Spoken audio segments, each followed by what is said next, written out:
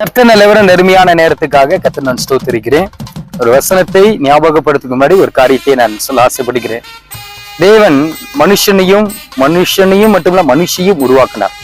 ஆதாமுக்காக ஒரு பிள்ளைய பெற்று எடுக்காம செஞ்சே கொடுத்துட்டார்.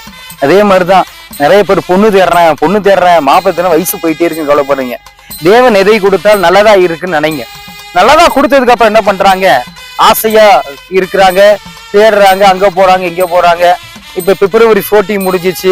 இதெல்லாம் கொடைக்கானல் வந்தாங்க. எல்லாம் பாத்தீங்கன்னா ஒரு மாசம் 2 மாசம் 3ஆம் மாசம் கடைசியில பார்த்தா டைவர்ஸ் போய் விழுந்துருது. எதுக்கு இப்படிப்பட்ட ஒரு வாழ்க்கை உங்களுக்கு நான் கேட்கிறேன். ஆனால் தேவன் வார்த்தையில நம்மகிட்ட பேசுறேன் தெரியுமா? மார்க் 10ஆம் அதிகாரம் 9ஆவது வசனம், ஆகியால் தேவன் இணைத்ததை மனுஷன் பிரிக்காதிருக்க கடவன் அப்படின்னு ஒரு வார்த்தை இருக்கு. என்னன்னா ஆண்டவர் தான் உங்களை இணைச்சிருக்கிறார். அப்புறம் எதுக்கு போட்டி, ஈகோ ப்ராப்ளம்? அதனால கொஞ்சம் நீங்க மனம் திரும்பிக்கிங்க. குடும்பத்துல ஒற்றுமையா இருங்க, விட்டு கொடுங்க, இயேசுவை நேசிங்க. 2 பேரும் ஆணும் பொண்ணும் இயேசுவை நேசிச்சாலே பிரியவே மாட்டீங்க. ஒரு ஆள் மட்டும் நேசிச்சா பிரிய போட்டுறீங்க. அதனால இயேசுவை நேசிங்க, மனம் திரும்புங்க. கர்த்தர்